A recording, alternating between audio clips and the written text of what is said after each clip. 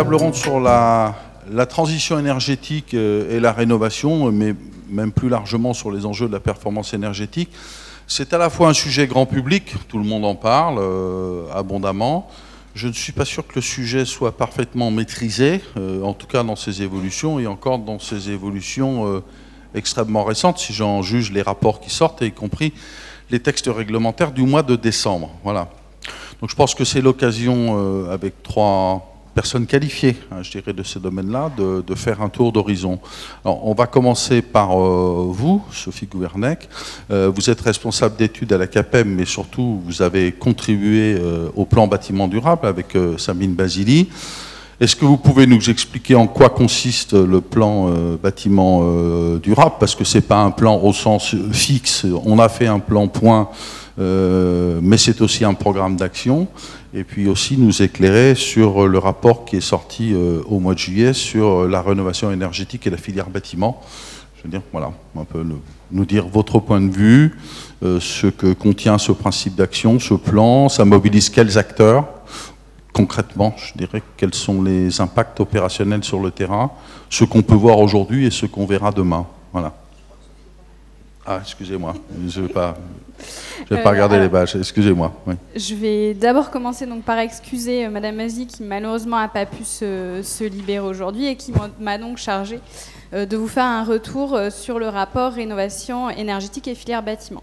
Donc en effet, elle a été mandatée par le plan bâtiment durable, lancé en 2009. En fait, ce plan, il est rattaché au ministère du Développement durable et au ministère du Logement, et il fédère en fait l'ensemble des membres de la filière bâtiment et de l'immobilier. Donc c'est dans ce contexte que Philippe Pelletier, le président du plan bâtiment durable, a demandé donc à Madame Basili, vice-présidente de la CAPEB, présidente de la Commission nationale des affaires économiques et également chef d'entreprise, puisqu'elle a une entreprise de plomberie, et à Ingrid Napichoulet, qui est professeure-chercheur à l'ESSEC, le soin de conduire un groupe de travail sur la rénovation énergétique et la filière bâtiment. Donc déjà, quelques mots pour vous dire donc, pourquoi ce rapport. Effectivement, donc, on assiste à une évolution importante de l'offre de travaux et de services.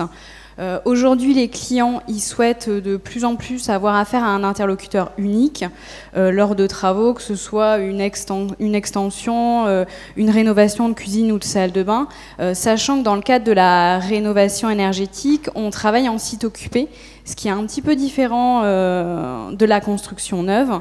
Et l'idée, c'est aussi qu'il y a plusieurs corps de métiers qui sont souvent indispensables pour atteindre une bonne performance énergétique. Sachant que les clients, ils veulent aussi bien avoir des informations techniques, mais ils souhaitent également, par exemple, que l'artisan leur enseigne sur les financements qu'il peut éventuellement avoir. Donc on observe, à l'image de Marie Sautz d'ailleurs, un nombre croissant de professionnels qui décident de s'organiser pour proposer justement des prestations coordonnées et adaptées à la rénovation énergétique. Alors l'idée du rapport, d'abord, l'idée de ce rapport, c'était absolument pas d'opposer les petites et les grandes entreprises ou de réinventer toute la filière. L'idée, c'était effectivement de se concentrer uniquement sur l'adaptation de l'offre, sachant que évidemment, il faut agir sur la demande à travers l'information, l'accompagnement des ménages ou la mise en place de financements adaptés. Alors, je ne sais pas, peut-être que la personne de l'ADEME là va peut-être plus développer cette partie, sachant que la particularité de la filière bâtiment, c'est quand même qu'on est une filière relativement atomisée.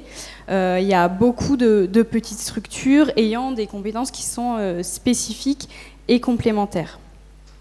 Donc ce que je disais tout à l'heure, c'est que pour atteindre la performance énergétique, effectivement, il faut renforcer les interfaces et amener en fait l'ensemble des corps d'État à travailler ensemble. C'est déjà le cas aujourd'hui. Il s'agit vraiment de renforcer ces aspects-là et de tendre vers une organisation un petit peu plus horizontale que verticale. Sachant qu'en plus d'atteindre la performance énergétique, le fait de travailler en horizontalité, d'améliorer les interfaces, l'idée c'est aussi de faire des gains de productivité dans un contexte de crise économique. C'est pas négligeable pour les entreprises. Alors je vais peut-être vous présenter en fait les propositions qui ont été faites suite à ce rapport. Il y a 7 propositions qui ont été amenées, 4 propositions sur le mode organisationnel et 3 propositions qui sont consacrées aux outils d'information et de sensibilisation. Donc, alors tout d'abord, le groupe de travail il a reconnu en fait l'importance de développer des méthodologies partagées de mise en place de groupements de professionnels. Toujours dans cette idée d'avoir pour le client un interlocuteur unique. On a notamment les clusters qui nous ont beaucoup aidés sur ce sujet-là, parce qu'ils sont eux positionnés effectivement sur l'accompagnement et la mise en place de groupements. Sachant que ce qu'ils nous ont fait remonter, c'est que effectivement c'est important d'accompagner le groupement lors de sa mise en place, mais c'est aussi important de l'accompagner tout au long de sa vie. Et l'idée c'est de faire un retour et de capitaliser sur les bonnes expériences pour pouvoir dupliquer justement ce qui marche, mais c'est aussi de communiquer sur les erreurs qu'il faut absolument éviter. Donc ça c'est vraiment une demande effectivement des professionnels de les rassurer sur ce qui marche, mais aussi sur ce qui ne marche pas. La deuxième proposition, c'était demander la reconnaissance RGE pour les groupements permanents d'entreprises. À travers ça, je pense que vous avez entendu parler du crédit d'impôt transition énergétique qui remplace le CIDD, donc crédit d'impôt développement durable, où l'idée c'est que sur certains travaux, l'État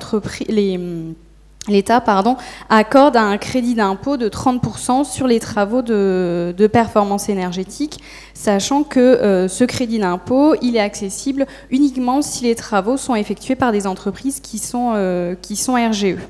Donc reconnus garants de l'environnement. Il y a également, pour les groupements momentanés d'entreprises, le fait de pouvoir les sécuriser et qu'elles ne risquent pas la requalification en société de fait. L'idée, c'est effectivement de proposer, dans le cadre du GME, une offre globale aux clients, et pour les entreprises, de pouvoir en fait se grouper pour la durée d'un chantier, en limitant effectivement ce risque de requalification. Donc la CAPEB avait proposé effectivement un amendement dans le cadre du projet de loi de transition énergétique. Il a été adopté à l'Assemblée nationale, sachant qu'aujourd'hui le projet de loi donc est examiné au Sénat. Donc on va voir si cet amendement va rester, sachant que l'idée c'était d'encadrer en fait les marchés privés qui portent sur les travaux et sur les prestations de services réalisés en co-traitance, sachant que la limite c'était effectivement le montant qui ne devait pas excéder 100 000 €. On a également une autre préconisation. On se rend compte en fait que les travaux de performance énergétique, ils ne sont pas de prime abord attractifs pour les ménages. C'est vrai que l'ADEME a communiqué sur J'économise, j'éco-rénove. On voit qu'effectivement, on a eu les ménages ont répondu en partie présent. Maintenant, on se dit qu'il faut encore plus communiquer en fait, sur l'aspect, sur les critères de bien-être, de confort. Parce qu'on voit que certains ménages privilégient par exemple la construction d'une piscine à des travaux de performance énergétique.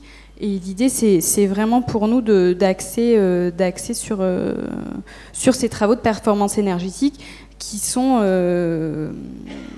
aujourd'hui synonymes de confort, de bien-être. Il est donc important en fait, de promouvoir et de valoriser des offres globales par segment de marché. Donc par exemple une offre qui s'adresse aux copropriétés, mais aussi aux maisons individuelles. Donc je vais maintenant vous détailler les 3 propositions qui ont été faites dans le cadre d'outils qui sont dédiés aux professionnels. Donc on voit effectivement qu'il est important de communiquer et de rendre plus visibles les dispositifs de qualification et de certification RGE qui permettent justement au groupement de faire valoir leurs compétences auprès de leurs clients. Et il est également nécessaire de rendre visibles et de coordonner les outils qui sont déjà existants. On voit qu'il y a un certain nombre de plateformes qui existent. L'idée, c'est de les valoriser et que pour le client, l'information, elle soit facilement accessible. Donc l'idée du groupe de travail, c'était de développer justement le site Gécorénov, Géconomise, sachant qu'on a effectivement ce site qui est quand même dédié aux particuliers, et l'idée ce serait de rajouter une brique pour les professionnels, sachant qu'on pourrait décliner ça en 3 items. Donc à savoir, le premier item, c'est je me forme, je m'informe et je me forme.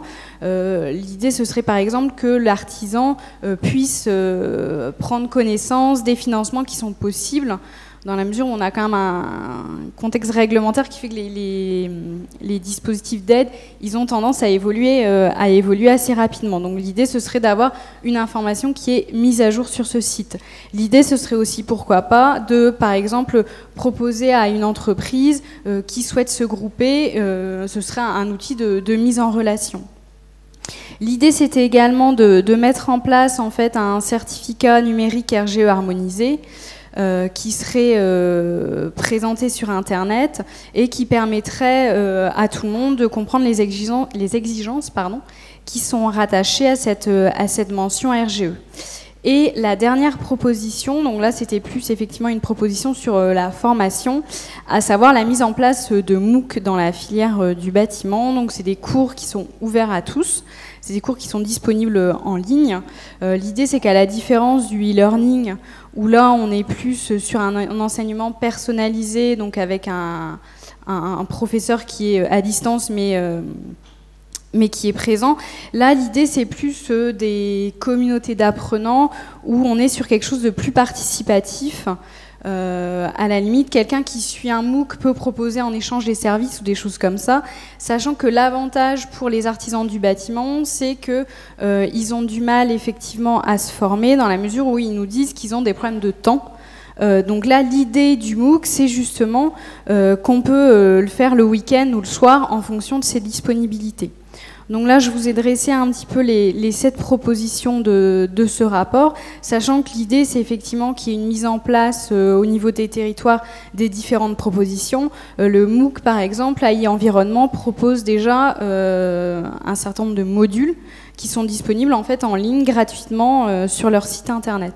Sachant que par la suite, le plan bâtiment durable envisage également d'organiser une réunion d'information où l'idée, ce serait de présenter les différentes formes de groupement et qui puissent effectivement expliquer ce qui marche pas dans les régions et dans les territoires. Merci beaucoup. On reviendra certainement sur la question de la coopération, je dirais, et des groupements. Roselyne Forestier, si je suis du bon côté, responsable au service formation de l'ADEME. Alors, à la fois sur le sujet d'un point de vue général, c'est-à-dire la vision qu'a l'ADEME, et plus particulièrement sur les politiques d'action que l'ADEME mène, notamment sur le sujet du développement des compétences. J'aimerais que vous puissiez évoquer pour l'Assemblée le programme Praxibat, qui est un programme que l'on connaît, dans lequel on s'est nous-mêmes beaucoup investi, et que vous puissiez nous faire les liens, si vous le pouvez, avec d'autres programmes tels que FIBAT. Et bien sûr, et dans tout ça, on fait comment pour obtenir la qualification RGE?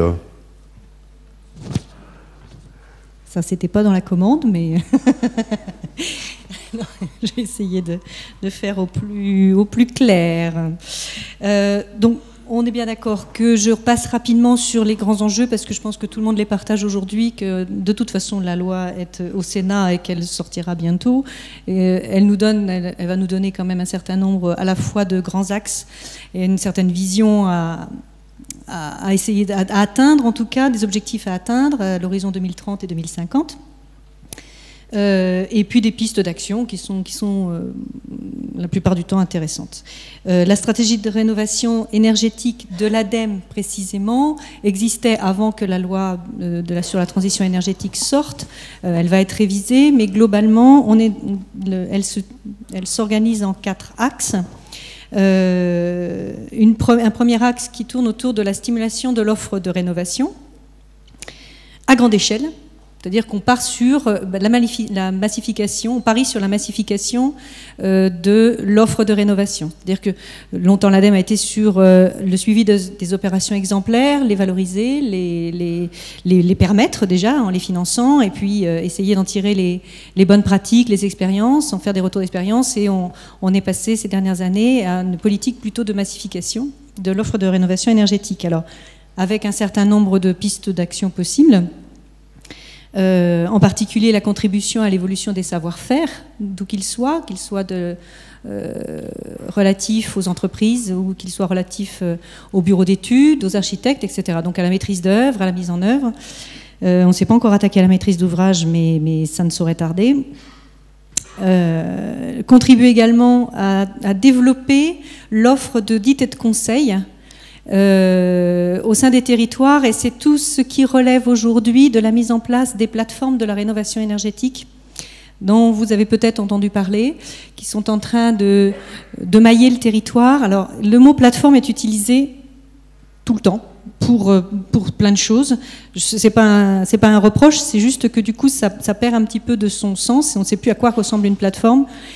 D'ailleurs, on avait appelé les plateaux Praxibat au début des plateformes techniques, et on avait assez vite rectifié le tir en disant non, on va parler de plateaux techniques, ce sera plus visible.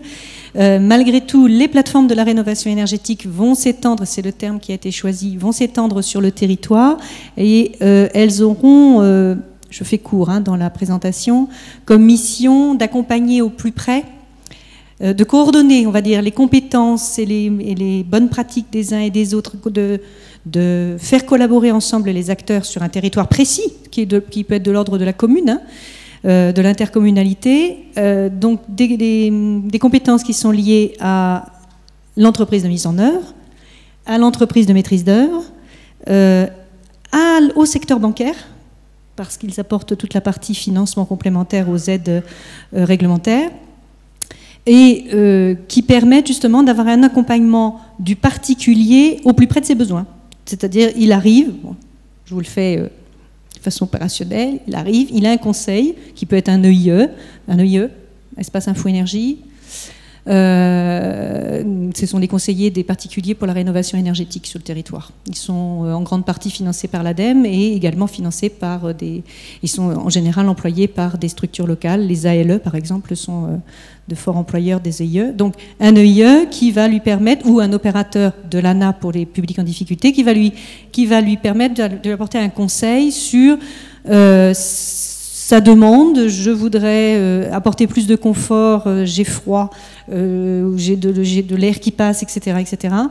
J'ai de l'humidité sur mes parois, sur mes murs, parce qu'il parle pas obligatoirement de parois. Qu'est-ce que je peux faire? Et donc le IE ou l'opérateur ANA va lui le conseiller d'un point de vue technique. Il va lui dire, ben voilà, vous pouvez aller jusque-là, vous pouvez envisager ça, vous pouvez utiliser tel type d'aide financière. Et puis je peux vous mettre en relation avec des entreprises qui vont pouvoir vous aider, alors soit avec de la maîtrise d'œuvre si vraiment on a besoin d'un opérateur de la maîtrise d'œuvre, mais avec une entreprise qui pourra vous conseiller plus largement, qui sera également qualifiée RGE, vous en avez parlé. Voilà, donc un accompagnement dans les territoires, et puis vous mettre en relation également avec la banque si les aides réglementaires ne suffisent pas. Donc un accompagnement du particulier dans ces plateformes de rénovation énergétique qui seront situées dans ce qu'on appelle les EPCI, c'est-à-dire les territoires intercommunaux pour faire court, et qui permettra d'apporter sur l'ensemble du territoire. Alors, je crois que la loi nous met, je ne sais pas combien de temps on a comme pour la mettre en place, mais enfin on a 2-3 ans pour que ce soit vraiment maillé sur l'ensemble du territoire, qui va permettre d'apporter un accompagnement particulier. Le troisième point de la stimulation de l'offre de rénovation, c'est bien entendu le soutien au développement de nouveaux produits via la R&D. Je ne développe pas parce que je crois que ce que vous m'avez demandé, c'est vraiment d'aller vers la partie compétences. Donc, les 3 points suivants, je vais passer un tout petit peu plus vite dessus parce que c'est vraiment le point A qui va nous intéresser aujourd'hui en termes de compétences. Donc les 3 autres points, c'est comment contribuer à imaginer une ingénierie financière logique, facile, simple, construite, lisible, enfin bref, un beau rêve. Et puis, donc, développer, entre autres, aussi des opérateurs de tiers financement. Ça, c'est une véritable innovation. Ça n'existait pas sur le territoire, encore jusqu'à ces derniers temps. De continuer à travailler avec tout ce qui relève du programme CEE, les certificats d'économie d'énergie, etc. Démultiplier la demande, donc c'est notre point C, donc avec tout ce qui relève de l'information, de la communication, de la sensibilisation, de la mise en place de sites comme GECO-Rénov', GECO-Nomise. D'aider évidemment à cadrer réglementairement tous ces éléments-là, et puis surtout de s'accrocher au territoire et d'utiliser toutes les initiatives qui sont sur le territoire, parce qu'elles sont en général extrêmement riches d'enseignements. Et le dernier point, ce sera l'optimisation de l'usage, qu'il ne faut pas oublier, et qui va passer par une meilleure connaissance du comportement des usagers, et puis tout un travail qui est fait avec la Fondation Bâtiment Énergie sur la garantie de performance énergétique. Donc, je vous ai tracé à grands traits la stratégie de rénovation énergétique de l'ADEME. Je vais revenir sur le premier point en vous développant plutôt les projets opérationnels qui sont liés à cette première partie. Donc, si on revient sur l'évolution des savoir-faire, tout ce qui relève, en fait, on va parler de tout ce qui relève de la formation des entreprises, la formation des BE et de la qualification des uns et des autres d'ailleurs.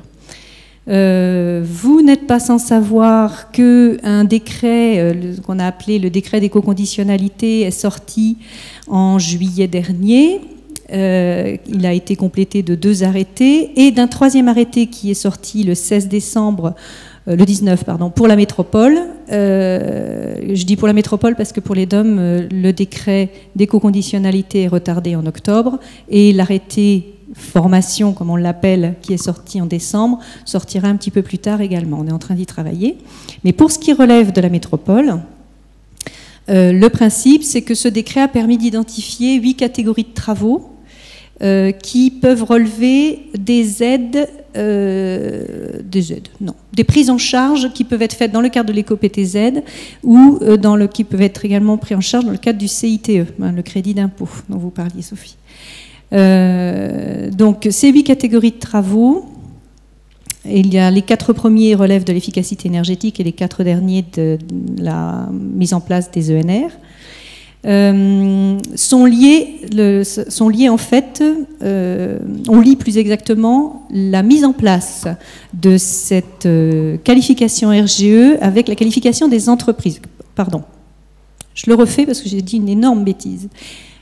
On a lié la possibilité pour le maître d'ouvrage d'avoir accès à ces aides au fait qu'ils utilisent des entreprises qualifiées. Et les entreprises qualifiées, et la qualification dont on a parlé dans le décret est la représentation ou le lien complet avec RGE, donc la fameuse charte RGE qui a été signée avec tous les partenaires. Je regarde Bertrand de Andouche de FFB, il n'y a pas si longtemps que ça. 2011, voilà, merci, je ne me souvenais plus de la date. Et donc, la qualification RGE, pour ne pas la nommer, est la qualification qui est citée, sans la citer, parce qu'on n'a pas le droit de citer dans une loi un quelconque nom, quel qu'il soit, une quelconque marque. Et donc, la qualification RGE est liée à ce décret d'éco-conditionnalité. Ça va à peu près? Je continue le raisonnement. Dans cette qualification, il y a un certain nombre d'exigences que doivent suivre les entreprises. Et je parle des entreprises, donc de la qualification RGE travaux, parce qu'il existe également une qualification RGE études, dont je vous parlerai juste après. Dans cette qualification RGE travaux, l'entreprise a un certain nombre d'exigences à respecter. Entre autres des exigences, c'est ça qui nous intéresse aujourd'hui évidemment, en termes de moyens humains. Et elle doit déterminer un ou plusieurs référents techniques dans son entreprise. Et ce référent technique doit pouvoir prouver sa compétence. Pour cela, il y a plusieurs solutions. Dans les 8 catégories de travaux qui ont été déclinées, bien entendu. Pour cela, il va prouver sa compétence de diverses façons, sachant que la qualification RGE, la mention RGE d'ailleurs, c'est le terme exact, s'appuie sur des qualifications existantes. Les qualifications de chez Eco-Artisan, les qualifications Pro de la Performance, les qualifications Qualibat, les qualifications Quali-ENR pour celles qui relèvent des ENR, etc. Bon. Donc pour pouvoir, ce fameux référent technique, pour pouvoir prouver sa compétence à diverses solutions, soit il doit pouvoir apporter la preuve de ses diplômes de formation initiale, et il peut également suivre des formations. Et ces formations donc, ont été décrites très précisément avec un cahier des charges qui donne pour chaque formation l'objectif pédagogique par séquence, les moyens pédagogiques associés, le contenu, etc. Donc ces formations, au nombre de 5, vous allez me dire ça ne fait pas 8, je vous explique pourquoi après, ont été décrites dans l'annexe de cet arrêté formation qui est sorti donc en décembre. Alors pourquoi 5 annexes? Parce qu'il y a une annexe qui ne travaille que sur l'efficacité énergétique, donc qui regroupe toutes les formations qui peuvent relever l'efficacité énergétique, donc les 4 premières catégories de travaux du décret. J'espère que ce n'est pas trop compliqué ce que je vous dis. Et ensuite, les autres annexes qui décrivent les formations qui sont liées aux ENR. Donc il y a l'annexe pour la PAC, il y a l'annexe pour le solaire thermique, le CESI, parce qu'on ne parle que de l'individuel. L'annexe qui parle du forage, et bien entendu l'annexe qui parle du bois, enfin de la biomasse. Voilà, donc vous avez toutes ces annexes qui sont décrites très précisément, qui décrivent très précisément les formations que le référent technique peut ou doit suivre pour prouver ses compétences, afin que l'entreprise qui l'embauche soit RGE. Alors, l'arrêté ne fait pas que ça. Il donne également le cadre global pour que les organismes de formation qui proposent ces formations respectent eux-mêmes des critères de qualité. Entre autres, vis-à-vis de leurs formateurs, c'est-à-dire que quand ils vont déposer un dossier de demande de diffusion de ces formations. Alors on les appelle les formations RGE, faut éviter de les appeler comme ça, mais bon, c'est pratique quand même. Donc quand ces organismes de formation vont déposer un dossier de demande de diffusion de ces formations RGE sur le territoire, ils vont s'adresser à un organisme de contrôle de la formation qui a conventionné avec l'État. Et cet organisme de contrôle va vérifier un certain nombre de points qui permettent de regarder justement la qualité, en tout cas, de l'organisme de formation. Et entre autres, l'organisme de formation doit pouvoir dire je présente bien un programme qui correspond à l'annexe de l'arrêté pour lequel je demande de diffuser la formation. Je présente bien un formateur qui a été agréé. Agréé, qu'est-ce que ça veut dire dans cet arrêté? Eh bien, agréé, ça veut dire qu'il aura passé, ce formateur aura passé devant un jury qui devra détecter s'il a bien les compétences techniques, les compétences pédagogiques pour pouvoir dispenser ces formations. Vous voyez, ça va loin. Et puis, je l'ai oublié. Et puis, l'organisme de formation se soumettra à un audit au même titre que les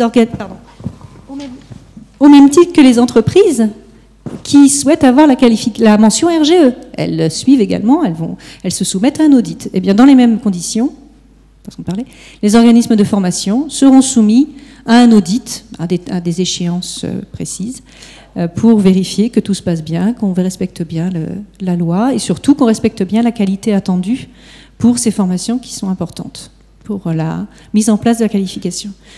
J'ai essayé d'être très claire, je ne sais pas, ça va à peu près. Alors, ça c'est l'arrêté formation. Alors, vous n'êtes pas sans savoir non plus qu'il y avait un dispositif qui existe depuis 2007, enfin plus exactement au 1er janvier 2008, a dispensé ses premières formations, qui est le dispositif FEBAT, et qui a apporté pendant des années, on va dire, qui a apporté dans un parcours assez global, puisqu'il y a quand même 12 modules qui existaient dans ce dispositif FEBAT, qui a permis de former jusqu'à la fin 2013, je fais exprès de m'arrêter fin 2013, 66 000 personnes de mémoire, ce qui est quand même énorme en termes de 66 000 stagiaires, c'est-à-dire qu'un stagiaire peut être la même personne s'il revient 2 fois, mais néanmoins ça reste quand même très important. C'est le dispositif FEBAT qui a été ciblé, le premier, comme étant celui qui pouvait porter justement ces formations RGE. Et le module Rénov qui est sorti en septembre-octobre de l'année dernière suit parfaitement l'annexe l'annexe 1 de l'arrêté formation et permet justement d'accéder pour le référent technique et permet aussi donc, de suivre sa formation et l'entreprise peut ainsi déposer sa mention avec tout le reste qui lui est demandé. Donc ce dispositif FEBAT, il faut le savoir, en 2014 a formé 56 000 personnes, c'est-à-dire que pratiquement en une année on a fait à peu près la même chose qu'entre 2008 et 2013, c'est très, très conséquent. Donc ce dispositif FEBAT s'est organisé pour que justement il puisse y avoir une réponse immédiate à la demande de formation des référents techniques des entreprises qui souhaitent se faire qualifier RGE. On ne peut pas dire, on est en train d'évaluer les retours d'expérience. Il y a sans doute des couacs, sans doute des choses qui n'ont pas bien marché, certainement. Mais en tout cas, on ne nous a pas fait remonter des choses manifestement complètement ratées. Donc, on était à peu près dans les clous. Donc, voilà pour la mise en place, enfin, la réponse à RGE via FEBAT. Et puis, vous m'avez demandé également de présenter le dispositif Praxibat. Et j'en arrêterai là, parce que je pense que j'ai pas parlé de RGE études. J'en profite parce que ceux dans la salle qui me connaissent sont investis à la fois dans FIBA Trade-off, donc c'est très intéressant de vous entendre en parler, et l'atteinte de la qualification RGE, et en même temps nous avons été sollicités dans de nombreuses régions pour monter des plateaux dits Praxibat, et donc ça nous a posé un certain nombre de questions, d'interrogations, de savoir jusqu'où on s'inscrivait, et on s'est inscrit de façon assez volontariste dans ce programme. Donc c'est l'occasion de le présenter, de l'expliciter, je dirais, pour l'Assemblée. Alors, le dispositif Praxibat, l'idée de départ, c'est apparu en 2007-2008, dans les mêmes années que FEBAT, mais ça a mis beaucoup plus de temps à démarrer et à se lancer, tout simplement parce que c'est un peu lourd comme dispositif. C'est porté par l'ADEME et les conseils régionaux sont des partenaires extrêmement importants dans la mise en place de ce dispositif, parce que la plupart du temps, ils sont les cofinanceurs, quand parfois même ce ne sont que les seuls financeurs, et l'ADEME n'est même pas financeur des plateaux.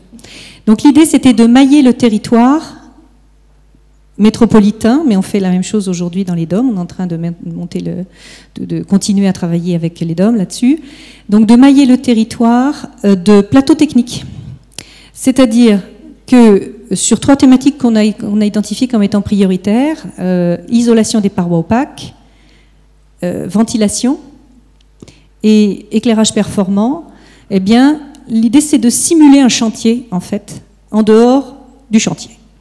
Ça permet aux opérateurs de chantier, aux professionnels de chantier, de venir se former sur le geste lié à la performance énergétique, évidemment.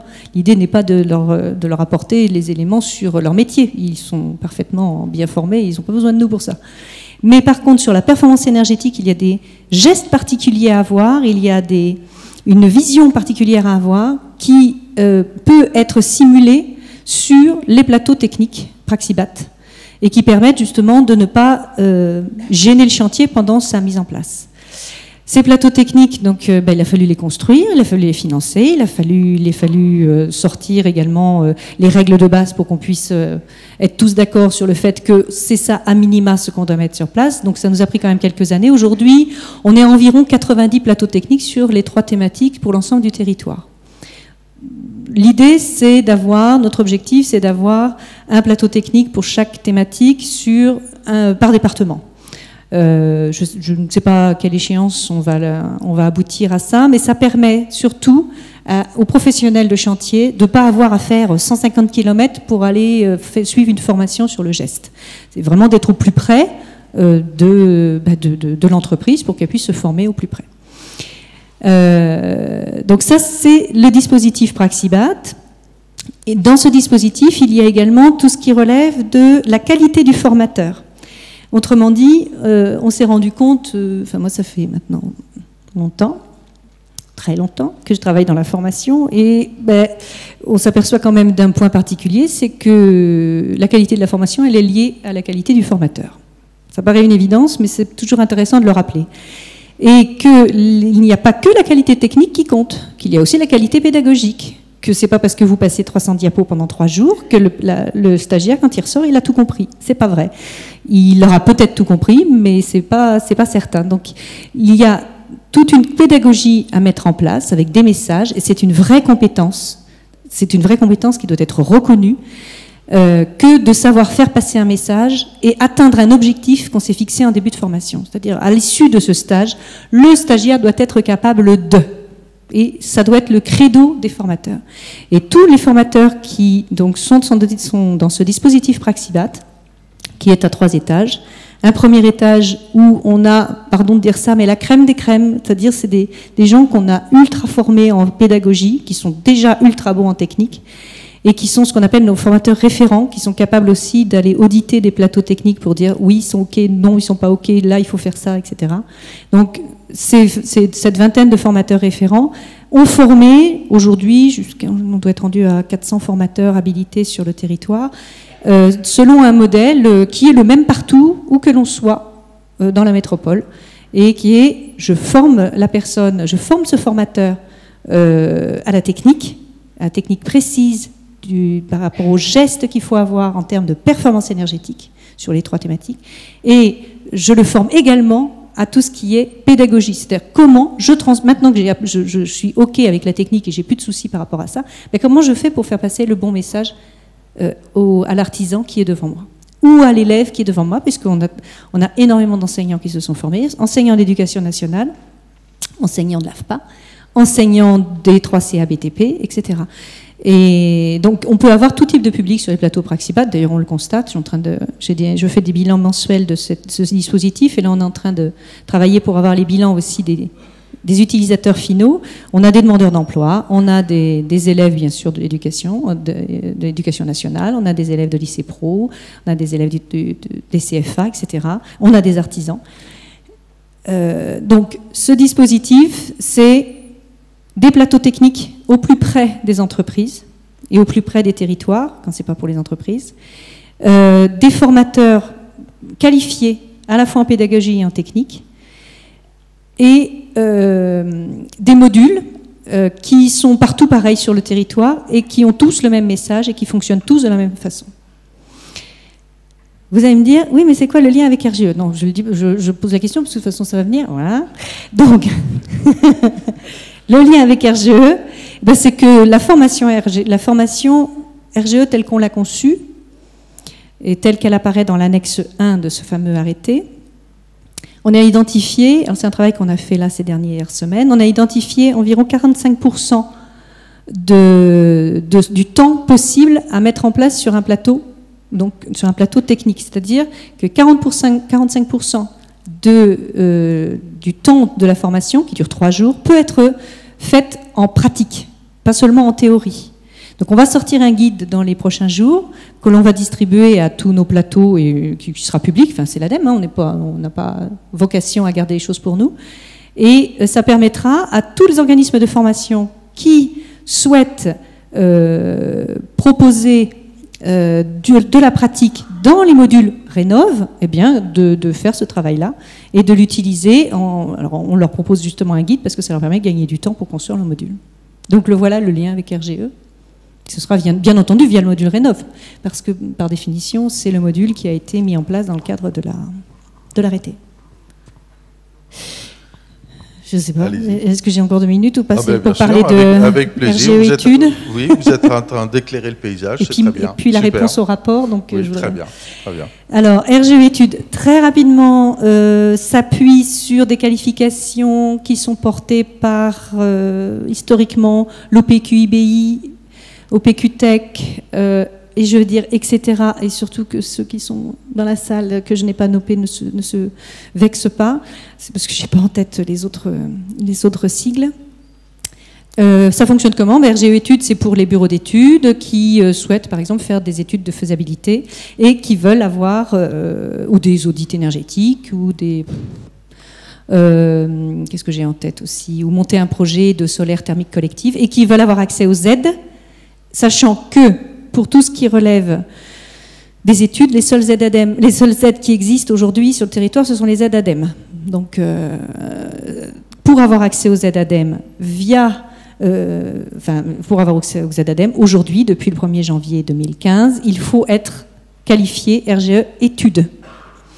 Le principe, c'est le même que pour RGE travaux, c'est-à-dire que vous identifiez la qualification qui vous intéresse, qui correspond à votre savoir-faire, vous présentez un dossier, alors je vais dire à l'OPQIBI parce que c'est celui que j'ai en tête, qui dit, ben voilà, moi je peux prouver mes moyens techniques et mes moyens humains, et dans les moyens humains, j'ai défini un référent technique, donc vous voyez, c'est le même principe, hein.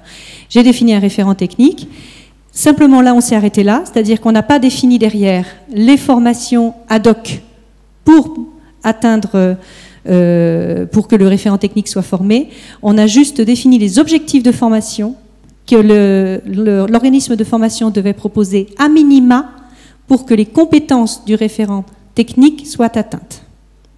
Cette liste d'objectifs de formation est disponible sur les sites des organismes de qualification, visible par tout le monde, et un organisme de formation qui peut prouver qu'il répond via le module qu'il présente aux objectifs de formation qui sont listés, peut diffuser la formation et peut proposer ça à son référent technique qui après dépose le dossier à l'OPQIBI par exemple. Ça c'est pour RGE études. Et le dernier point, c'était juste pour répondre à Sophie sur le rapport qui était plus qu'intéressant, alors auquel je pense, c'est un rapport qui est sorti en juillet, donc du coup, eh bien, enfin, il n'est pas obsolète, hein, loin de là, mais il y a certains points pour lesquels il y a déjà eu des éléments de réponse, entre autres sur RGE. Restait les MOOC. Et le plan bâtiment donc s'est associé avec nous la semaine dernière. Vous voyez, c'est tout récent. Et vous aviez recommandé de mettre en place une étude de faisabilité pour voir jusqu'où on pouvait aller dans les MOOC, dans les MOOC de la rénovation énergétique dans le bâtiment en France. Donc l'étude de faisabilité est lancée depuis la semaine dernière. Il y a eu un lancement officiel vendredi. Voilà. Je crois que c'est tout. Merci pour nous avoir éclairé ce paysage. Alors, j'avoue, pour faire une transition avec Marisol, en suivant le sujet pas à pas depuis maintenant quelques années, il est quand même pas complètement simple, même si la dernière période, et en particulier les textes du mois de décembre, contribuent à éclairer ce qu'on avait à peu près pressenti l'été dernier. On voit bien, il y a beaucoup d'acteurs qui se mobilisent, il y a beaucoup de lignes d'action, il y a toute une série d'aides dans tous les sens, je dirais à la fois ceux qui mettent en œuvre les travaux, mais en même temps, par exemple, les aides qui sont pour mettre en place les plateaux Praxibat. On a l'héritage du programme FIBAT, on a FIBAT Rénov qui sort, il y a la qualification RGE après avoir eu la mention RGE, les différentes voies d'accès que l'on a pu avoir jusqu'à fin 2014 et maintenant à partir de 2015.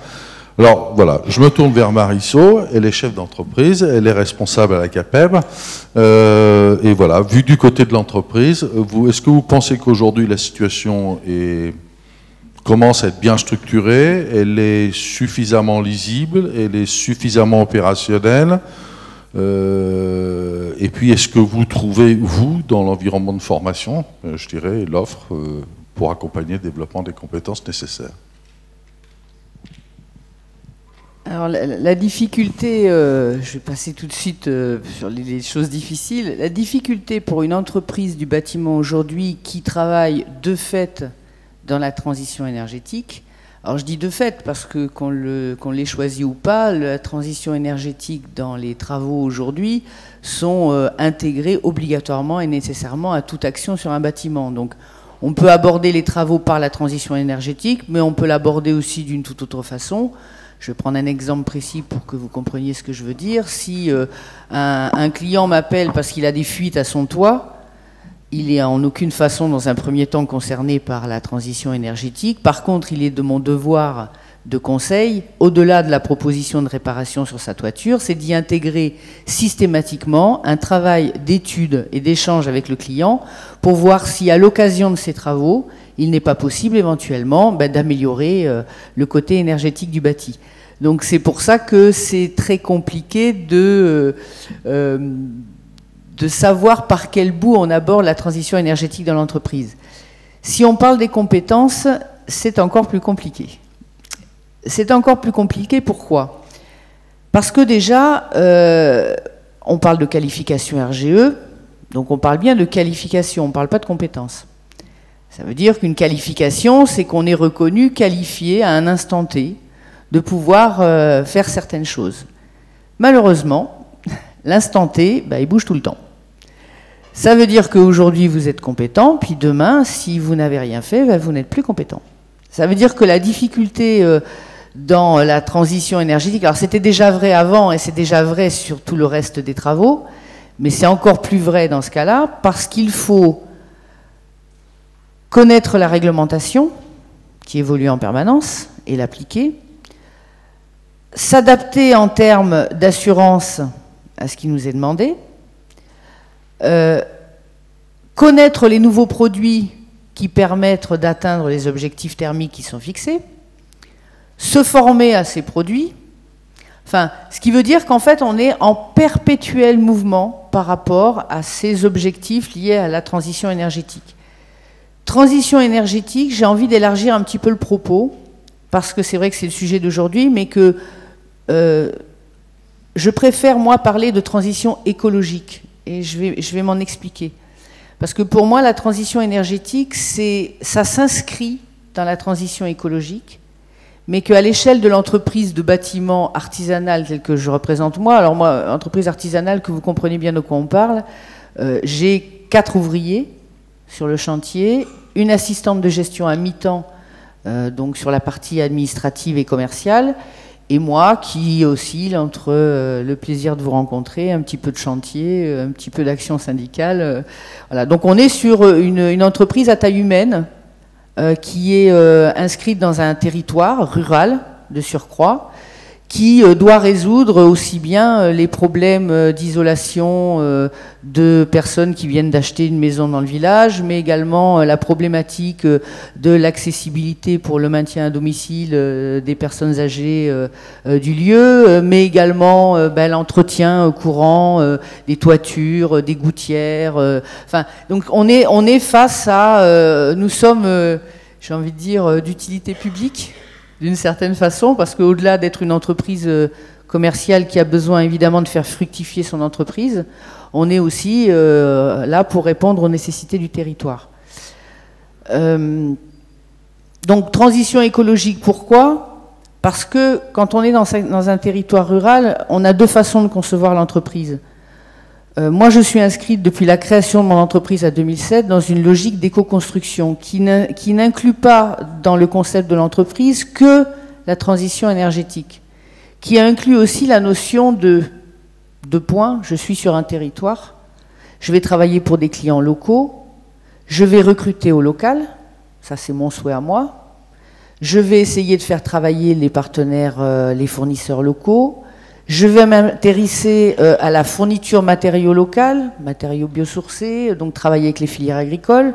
Moi, je suis dans le bois parce que je suis charpentière, donc j'ai pris la décision à la création de mon entreprise de travailler avec du bois, si possible, exclusivement régional, ce qui est parfois compliqué en termes d'approvisionnement, mais ça s'inscrit aussi dans la transition écologique. Donc on est sur une logique qui ne s'arrête pas uniquement à l'économie d'énergie dans le bâtiment, mais qui s'intéresse aussi à dire, je veux trouver des salariés sur mon territoire, donc je vais devoir trouver les personnes intéressées par mon projet d'entreprise, et je vais devoir, par l'intermédiaire de la formation, les amener à, ensemble, nous permettre de réaliser ce projet d'entreprise dans ce territoire donné. Et alors là, ça devient particulièrement compliqué, et donc très militant, parce qu'il va falloir, d'une part, ces personnes qui n'ont pas forcément la formation initiale de départ, les amener au travers de contrats, de professionnalisation vers la qualification du métier, et s'inscrire dès le départ dans la mise en place dans une entreprise à structure, somme toute très petite, avec peu de moyens, dans un vrai plan de bataille passant par la mise en place de plans de formation des salariés, de façon à garantir tout au long de la vie de l'entreprise la compétence qui va permettre à l'entreprise de pouvoir répondre au marché qui se présente sur les territoires. Donc une entreprise artisanale, de plus, par essence, elle est spécialisée, puisque moi je ne suis pas une entreprise générale, donc je suis sur un domaine d'activité.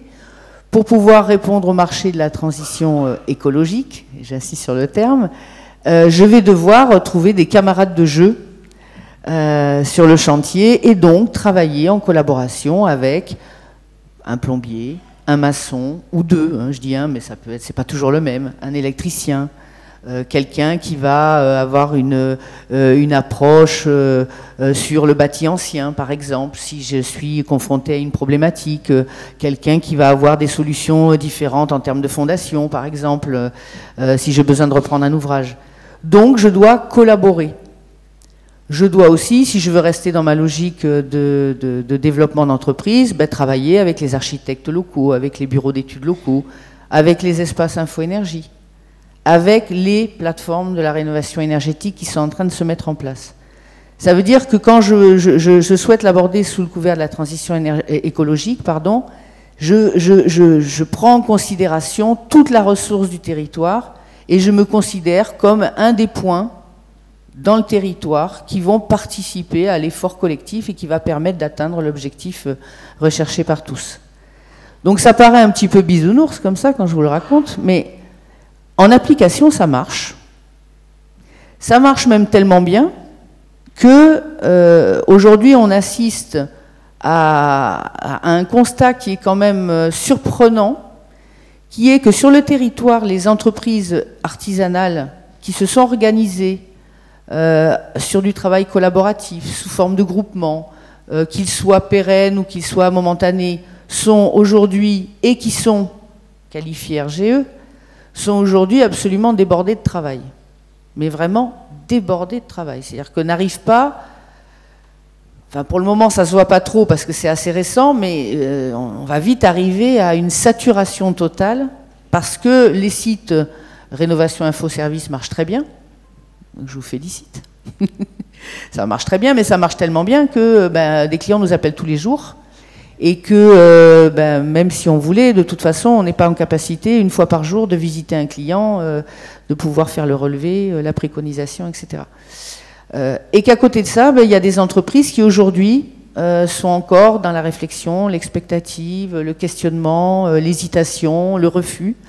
Et que malheureusement, aujourd'hui, il y a beaucoup de gens qui sont en difficulté économique, je parle, malgré les marchés en or qui s'offrent à nous.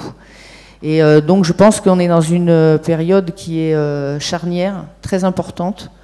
Il y a quand même beaucoup de gens qui se sont formés sur les formations Rénov' et qui n'ont pas basculé vers les qualifications.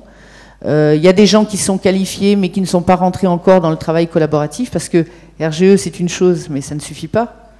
Il faut aller vers une qualification RGE, oui, mais il faut aussi aller dans le travail collaboratif.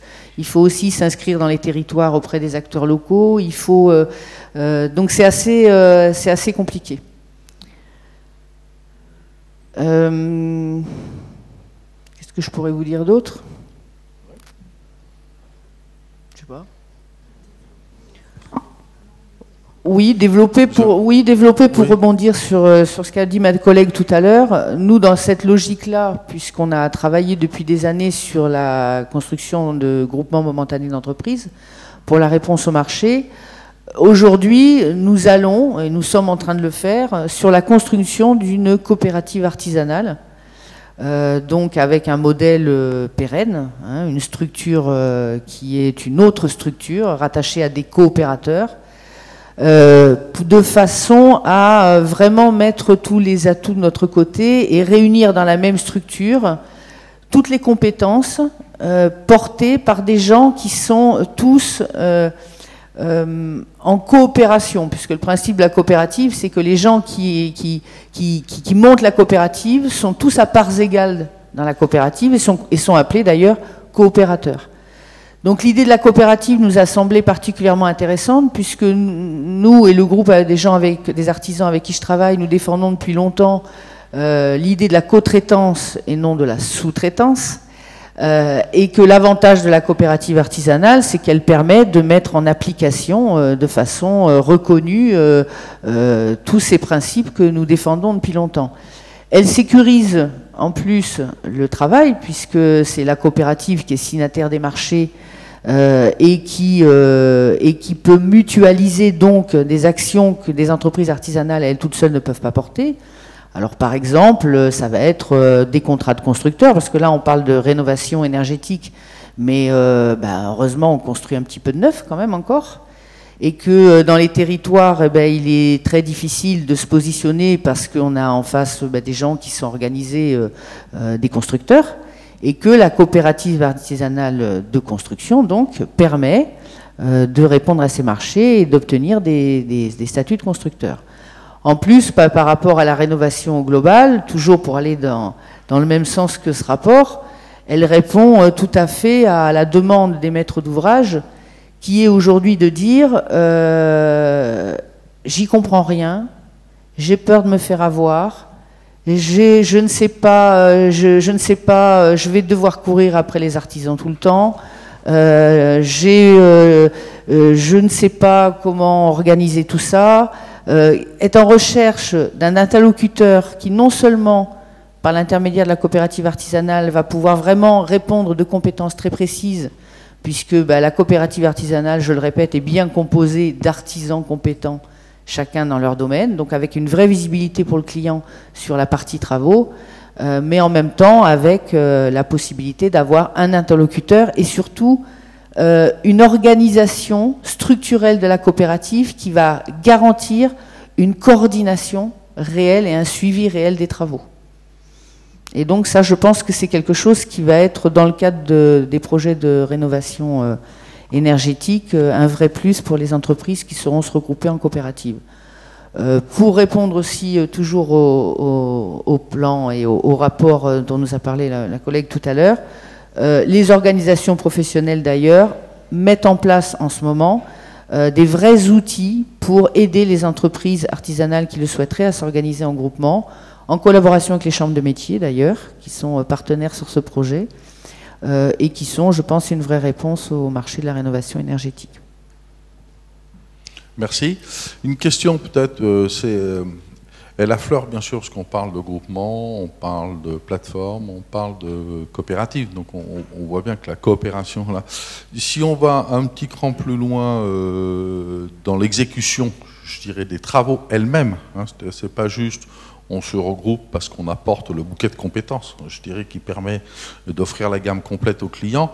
Mais dans la mesure où les exigences aujourd'hui sont des exigences de résultats, je veux dire, et que finalement l'ensemble des corps d'État sont embarqués dans cette garantie collective, comment vous pourriez, Marie-Claude par exemple, qualifier cette nouvelle coopération, mais pratico-opérationnelle entre les corps d'État, sortir de l'image, alors galvaudé, voilà, le carreleur qui dit ben non, je ne suis pas passé parce que l'électricien n'est pas passé, etc. C'est-à-dire pas uniquement des corps d'État qui se succèdent sur les chantiers, mais des corps d'État qui coopèrent de façon efficiente sur les chantiers, et y compris, comment voyez-vous les étapes de vérification intermédiaire, c'est-à-dire que on ne peut pas découvrir à la livraison des travaux ou de l'ouvrage qu'on n'est pas au résultat. Donc j'interroge l'aspect opérationnel derrière l'aspect coopération, groupement, plateforme, oui, mais en pratique. Alors déjà, ce qui est très intéressant dans votre approche, c'est que effectivement, et ça c'est un vrai plus pour les entreprises aujourd'hui, c'est que quand on veut anticiper le chantier, ça commence au moment de l'établissement du devis. Ça veut dire que moi, aujourd'hui, quand un client m'appelle et me dit « Voilà, je vous consulte pour me faire le devis sur la partie charpente, couverture de ma rénovation », je suis dans l'incapacité totale, et je le lui dis, de lui réaliser un devis. Parce qu'un devis d'un corps d'État pris comme ça, tout seul, à part et chiffré, ne veut plus rien dire quand on raisonne global. Et ça, c'est un gros avantage pour les gens qui savent s'organiser pour répondre ensemble. Pourquoi ? Parce qu'on va présenter une offre globale de rénovation qui va avoir des implications des corps de métier les uns avec les autres. Je m'explique.